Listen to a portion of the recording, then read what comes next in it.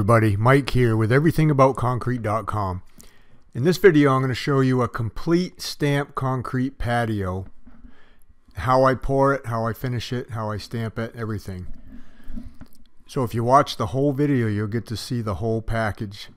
Now what I'm doing here is I'm putting the forms up. This is a 4-inch thick patio. It's 18 feet by 12 feet. And I'm just using 2x4s here for my forms. So I'm getting my 2x4s all screwed together right where they need to go.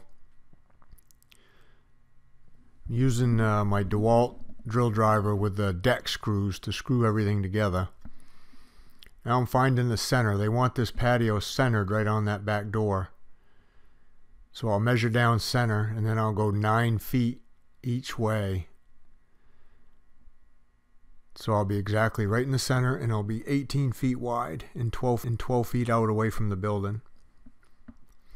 So once I get my two 9-foot sides over there, I'll pin them right where they need to go so they don't move. And now I'm checking my square, so I'm getting my diagonal. And I want to make sure my diagonal is exactly the same both ways. And then I'll know my pad is right square. Then I can pin those two outside corners.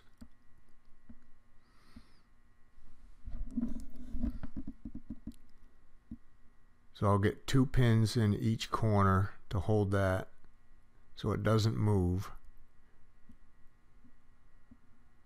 And now I'm running my string. And what my string does is it gives me something to go by to pin the middle of the forms, to make sure the middle of the forms are perfectly straight. So I just put a screw on the top of the board and I tie the string to the screw.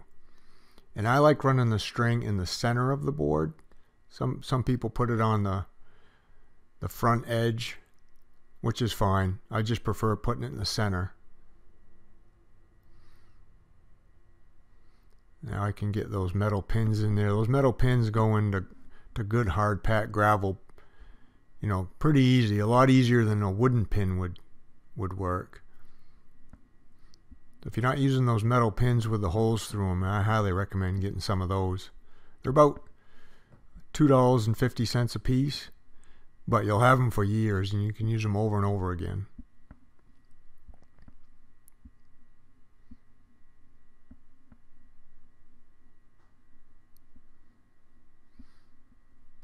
And I was just checking my level down from that siding to make sure that I was about the same each way.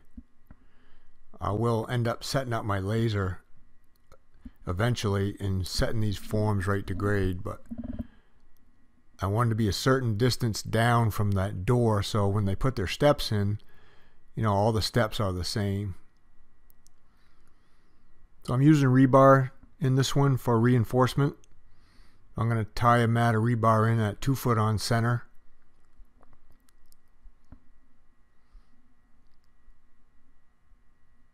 I always put fiber mesh in the concrete too. I'm using my Husqvarna quick cut saw.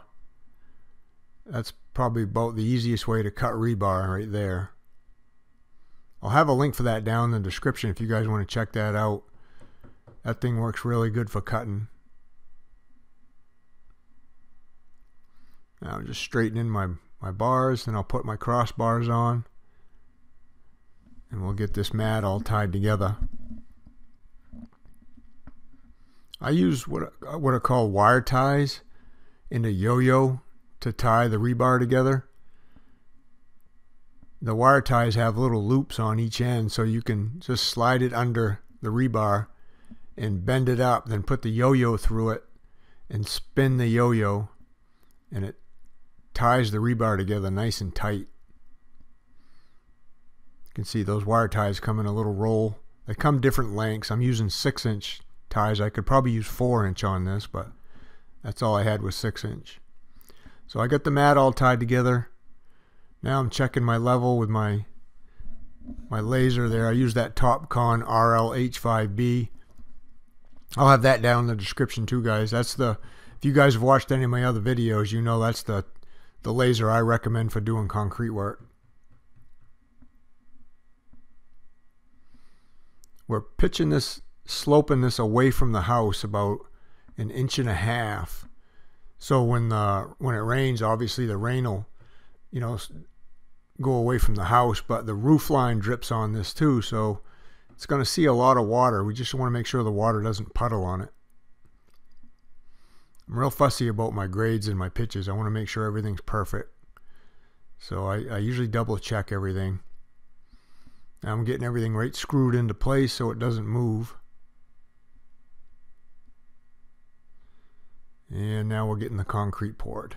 We're using a 4,000 psi concrete with a 3/8 stone. It's called a pea stone. So it's a little bit smaller stone than a regular floor mix. And I like the 3/8 stone because it stamps a little bit easier, leaves a little better impression. Now it's about 90 degrees out here today, and it's about noontime when we're pouring this, so the sun is beating right on us. It's really, really hot right here. And the concrete had about a 45-minute ride in the truck to get here, so even the concrete was pretty hot. So we're really hustling to get this stuff down. It's setting up on us as we're pouring it. And it might be kind of hard to tell in the video, but it was setting up on us. We really needed to hustle to get this down, or we weren't going to get it down. So I'm getting my edges magged. I'm magging them to that chalk line, and then I'm going to mag them right to the top of the board. And then we'll get this stuff screeded.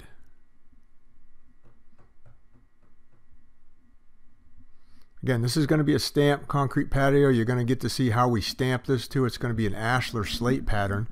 So stick around, make sure you watch the whole video to see how we stamp it. And then I'm also going to show you how we wash it, how we saw cuts in it, and how we apply the concrete sealer, and then what kind of sealer I prefer for stamped concrete. So that's all coming up at the end of the video, so make sure you stay tuned to check that out. So I'm screeding the concrete with my daughter there. That's Tia. Tia is in college, and so is the other girl, Abby. So this is their summer jobs. But they're really good workers. They could really pull their own weight. They could do, you know, just about anything that one of us could do, other than not having the experience on some of the stuff. I mean, they could do the work just fine.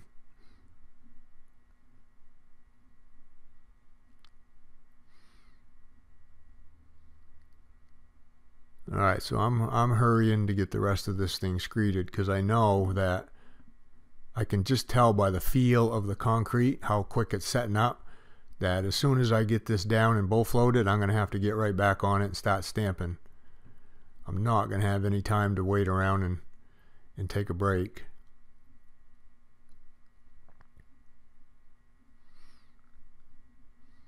So T is screeding right off top of the board. I'm wet screeding over there with my aluminum magnesium straight edge. The straight edge we're using, it's a 14-foot straight edge. It's really lightweight. I mean, that thing's easy to use. Nice and straight. I've had that thing for years. I've probably had that thing for 10 years.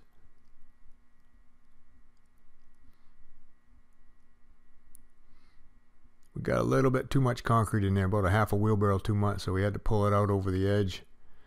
I had to pick that up later. So I'm going to get this bowl floated nice and quick, as fast as I can.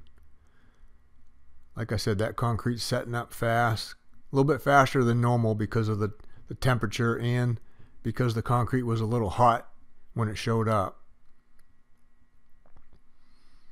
A good concrete temperature, I mean normal concrete temperature, is in the 60s, like 65 degrees. When you can feel the concrete, when the concrete's coming down the chute and you touch it and you can actually feel it's warm, then you know you want to hustle to get that stuff down. It should feel cool to the touch in the chute when it's coming down the concrete chute.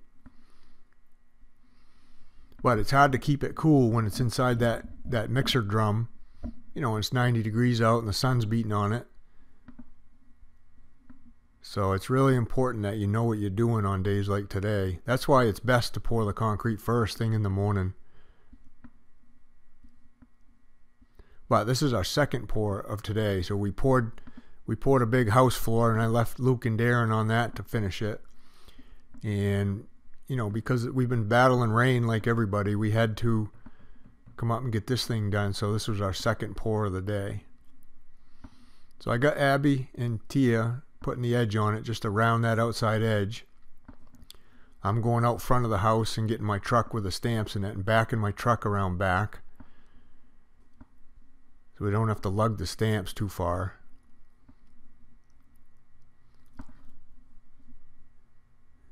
We had just enough time to go out there and get the truck and get back here. Now I'm magging out their edge mark, but I'm leaving the rounded part, you know, right by the board. And I'm getting right back on this thing now. It's ready to go. The good thing about having the house there was I had a starting point, an easy starting point to go by. So, and what I mean by that is, you know, I have basically square stamps and I have a smooth edge with that foundation wall, so I could put the stamp right up against the foundation wall. I'm using my roller there to get some texture up against the wall, and it just makes stamping up against that wall a little bit easier. You can see I got that little space, so I have to use that really flexible stamp to get the grooves in there, and if I already have a little bit of texture there, it just makes doing that a little bit easier. T is going around the outside edge with the roller, putting some texture on that outside edge. I'm getting all my stamps laid out. I have about 10 or 11 of these, so I'm getting them all laid out. The different colors have a little different pattern to them. I'm using an Ashlar Slate pattern here, so that way the pattern doesn't just keep repeating itself over and over again. You have different rock patterns or slate patterns for each color of stamp.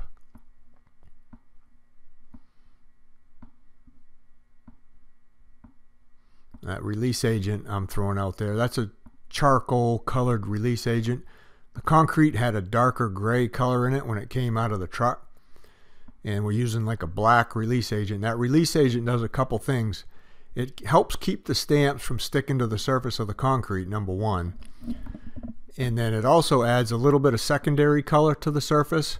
So as you can see, I'm kind of tapping those stamps. I'm tamping the impression of the stamp into the concrete, which also tamps some of that color of release into the surface of the concrete. So when I come back and wash this thing, I'm not rinsing all that release off the surface. Some of it's going to get pressed right into the surface, which gives you your antiquing kind of two-tone colored effect when you're all done and sealed. So these stamps kind of go together only one way. They have a notch in them, if you can see that notch. So they only go one way. You got to make sure that you're going the same way with the stamp every time you set it down.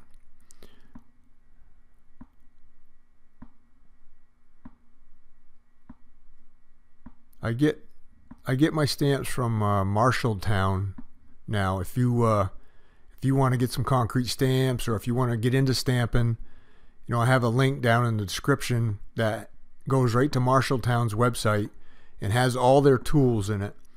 So you can check out that. And Marshalltown gave me a special discount for you guys. So if you use the discount coupon code EAC, if you go to Marshalltown's website and check out, use that EAC in the discount code, you know, you'll get 10% off all your tools. Plus they ship them to you for free.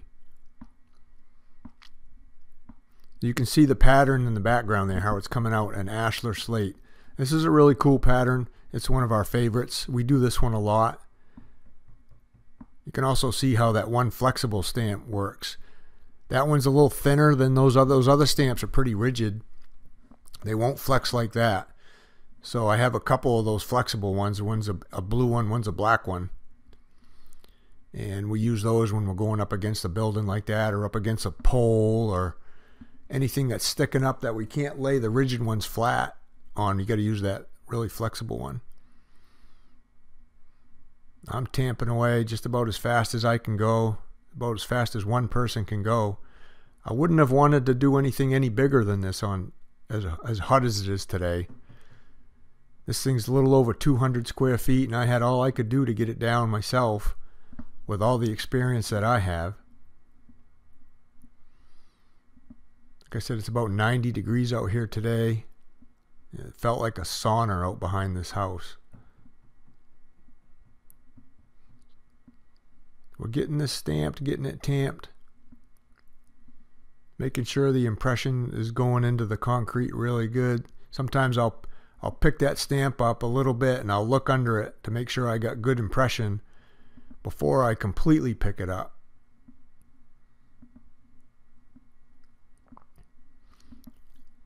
You really got to know what you're doing when you stamp concrete. I mean, you really need a little bit of experience. I wouldn't recommend just going out, renting some stamps and trying to stamp your first one on your own without a little bit of experience. I mean, watching these videos is good and you can learn that way, but if you're going to try something on your own, I would try something smaller than this for sure, maybe even half this size, before I try something with any size to it.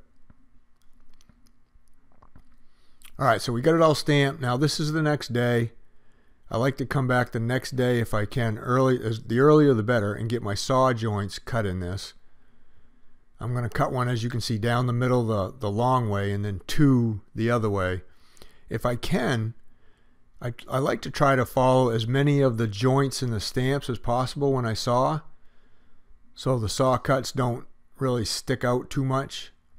That's pretty easy to do in a pattern like this.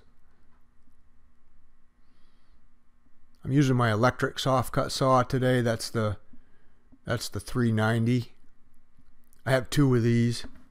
And I also have the soft cut X150. That's the gas powered one. It's a little bigger than these. So, I mean, if you're doing concrete work, you should have one of these saws, either the electric one or the 150. It just makes sawing concrete so much easier. And, you know, if you're doing other types of flat work, if you're doing concrete floors, you can saw your floors the same day. You don't have to come back the next day. But with stamped concrete, we like coming back the next day. That way it leaves a really, really nice, clean saw cut. It's hard to saw the same day on stamped concrete without leaving some type of mark from the saw. So we always do it the next day. That saw goes down there about 1.25 inches when I have a brand new blade. So that's all you need to do on a 4-inch slab like this. All right, now I'm brooming off my dust, getting as much of that dust off as I can before I start washing.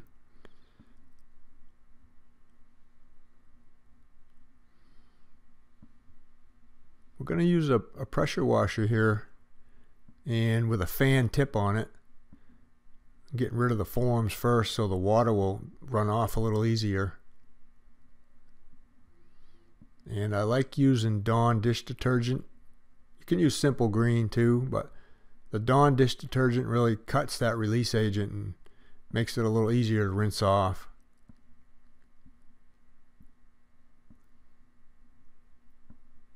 If I don't take those boards off, then the water kind of beads up on the edge a little bit and just makes it a little harder to rinse. So definitely easier to take your forms off. Plus your forms will get all wet and kind of messed up by the release agent and get really dirty.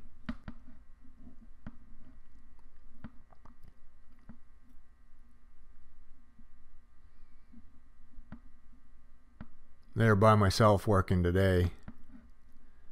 This was a Saturday.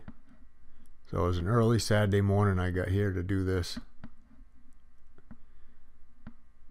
I just like scraping my boards a little bit, get some of that excess concrete off the board so we can use them over and over again.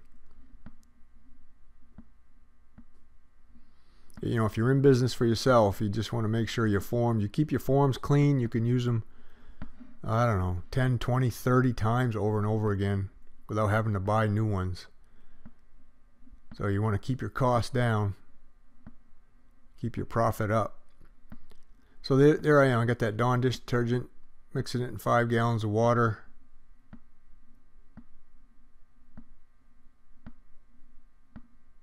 can see I'm in the shade. That's why I got here early this morning. I didn't want to have to do this in the sun.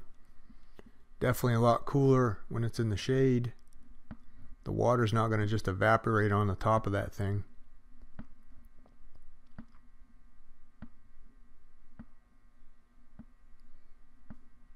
Most any pressure washer will do on this. You just, when you're washing these things, you don't want to get the tip too close to the surface of the concrete. Otherwise, you'll leave lines in the concrete. You could even damage the concrete. I mean, it's only a day old. It's 24 hours old. So,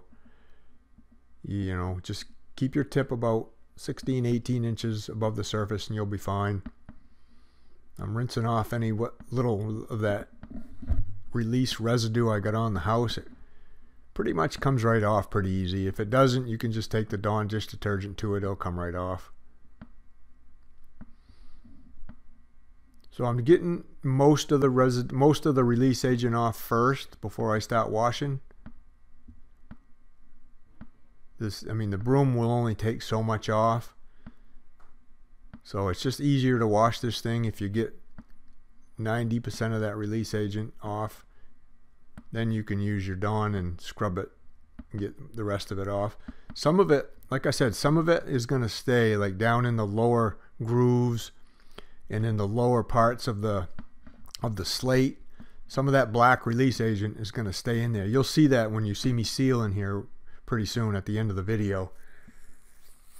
Most of the patio will be a dark gray, and then you'll see that the black highlights. It's going to look really cool. I'll put the pressure washer I use down in the description too, guys. If you're wondering what you should use, I'll have the exact same one I use down in there.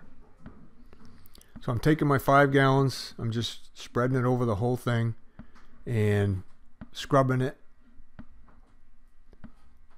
You just want to scrub this thing like you're washing a car. You don't want any release residue on the concrete when you go to seal it. You want all the loose residue off, otherwise your sealer won't bond to the concrete and you'll have a failure. So this is a really, really important step. You can't just rinse it. You do have to wash it. Like, see, I'm going both ways, making sure I scrub it really good, especially down in those grooves. The release will get built up down in those grooves. I want to make sure I get it all out. And now what I want to do is I want to make sure I rinse all that soap residue off. So I'm going to go over this 2 or 3 times just to get the soap residue and the loose release I just scrubbed off. Then I'll let it dry out for 24 hours and come back and seal it.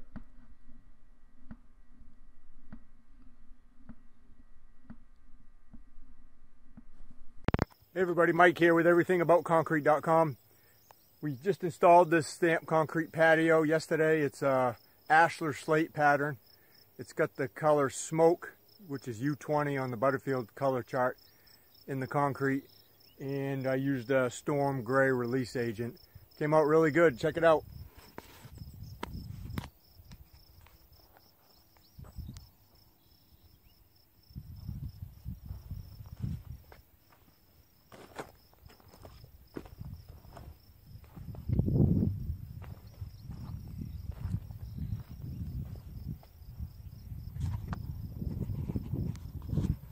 So this patio, this one here is 18 by 12. I'm gonna put the water to it today. It's supposed to be about 100 degrees today, so I'm gonna water it all day today, and then we'll take the sprinkler off it tomorrow and come back and put the sealer to it. That's it, guys. You guys, Mike here with Everything About Concrete. So what we're going to do is we're going to put the sealer to this patio that we just cleaned and washed yesterday, giving it 24 hours. Now we're going to seal it. First thing I always do is put the leaf blower to it and blow off any dust before I seal, make sure it's good and clean.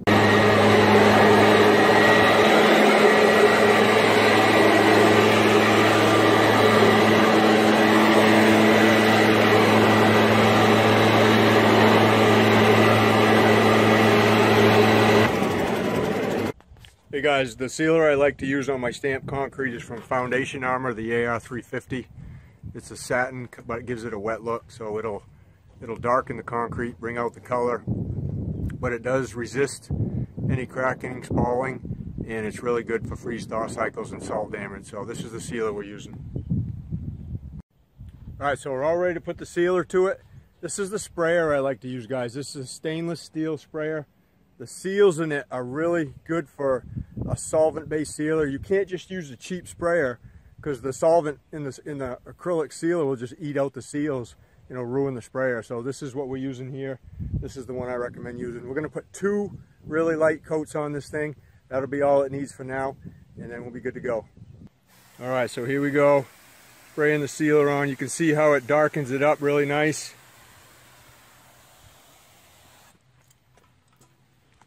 Brings out the color. We're going to put 2 coats on. The first coat's going to sink in here pretty good.